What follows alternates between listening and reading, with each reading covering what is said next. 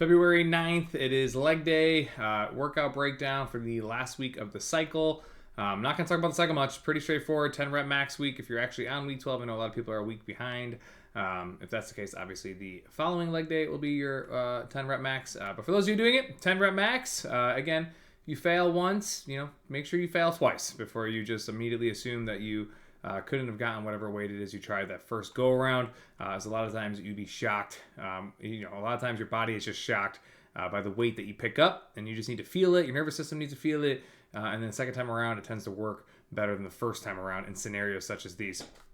Outside of the cycle, front squats, split squats, RDLs. Do want to hit this real quick. So again, the monthly emphasis being kind of aerobic work and maintaining your fundamental or foundational weights and rep ranges. Tongue twister there. That doesn't fit here. We still want to hit the appropriate amount of lifting, the hypertrophy. I want you guys to, again, as always, lean into resistance training. So the front squats and the split squats, obviously targeting our glutes and our quads. Two pretty big lifts right here. As always, with all lifts, but even more so on leg day. Integrity of the movement is priority number one. Like, we want to make sure that we're doing the movement correctly, obviously with full range of motion, and the right muscles are firing, which I think often gets overlooked. And that's a question you guys shouldn't hesitate to ask the trainers. Like, I don't feel like I feel this correctly. Where am I supposed to feel this? What muscles are supposed to contract? I'm doing this and I have full range of motion, but it doesn't feel like my glutes are engaging or my quads are gaining any level of lactic. Like, what do I need to do in order for that to happen?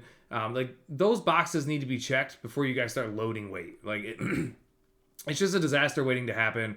The kinetic chain is going to break down if those prerequisite boxes aren't checked before you guys start really loading up. So always resort back to the fundamentals, the integrity of the movements before you guys start loading up like crazy. But again, at the end of the day, loading up is the point of progression. It's the point of building lean muscle tissue and getting stronger. It's a point of hypertrophy. I don't want people to be afraid of it. We just need to make sure we're ready to do it. So front squats, split squats, like I said, glutes and quads. Then we're going to go into the RDL. I've made this pretty clear. I'm pretty vocal about it. I'm not a massive fan of doing RDLs in group setting. That being said, they're a fine movement. They're very isolated.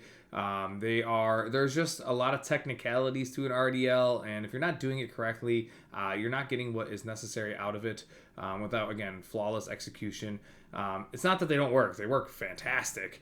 But again, they're just not as functional as something like just doing a regular old deadlift or something on the TRX where we can add in some level of instability and again, take the technicalities out of it. Now, those of you that are doing the RDLs maybe aren't comfortable with RDLs. You just need to keep in mind, guys, you are lengthening your hamstrings, the backside, the posterior chain, as much as physically possible. Like, that's the point of an RDL. And then you're loading it on top of that. So again, imagine taking a rubber band, stretching it all the way out, adding load right into the middle of it.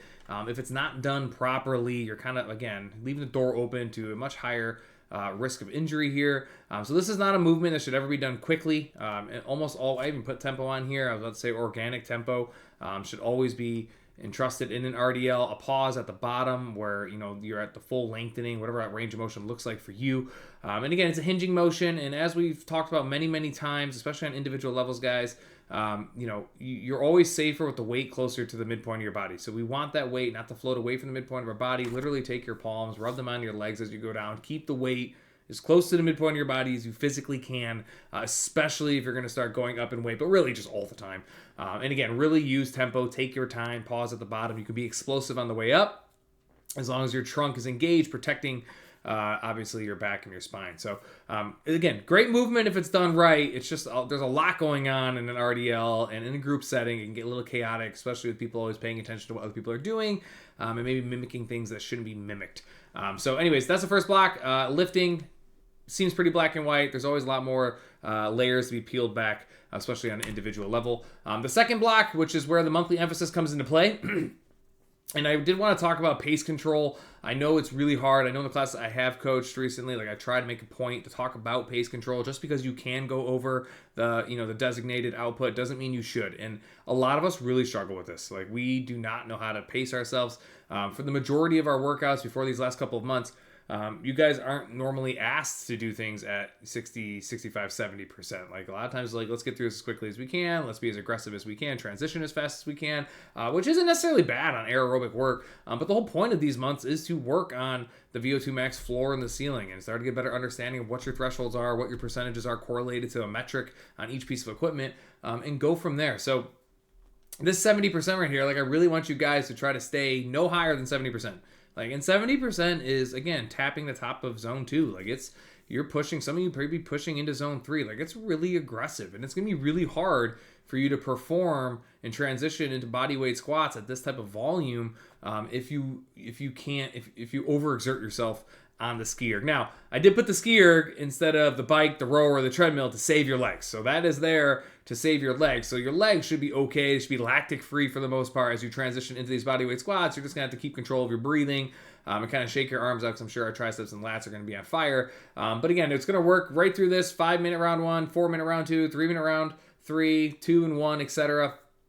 And your goal is to, as the ski erg continues to drop, obviously your rep count and the bodyweight squats are going to continue to drop once you get past the 2-minute mark. So 3-minute skied, 2 minutes of squats. 2-minute skied, 2 minutes of squats. 1-minute skied, 2 minutes of squats.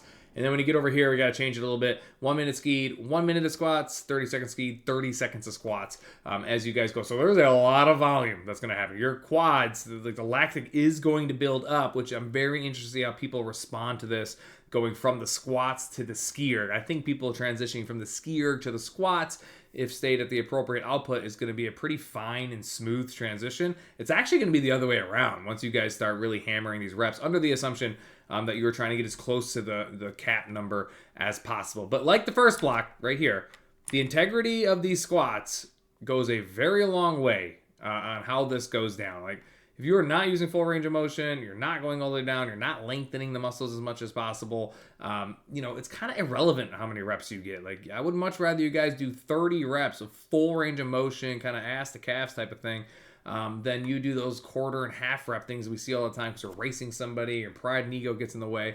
I'd rather than 70 of those. Like, who cares? Like, you didn't do a single full range of motion squat. It's irrelevant to me. Like, the goal is to get the most out of each rep, which cannot occur if we're not using full range of motion. And again, obviously full range of motion relative to each person, it could be different. So I understand that. I'm talking about the egregious ones, the ones where we know we can go lower and we just choose not to.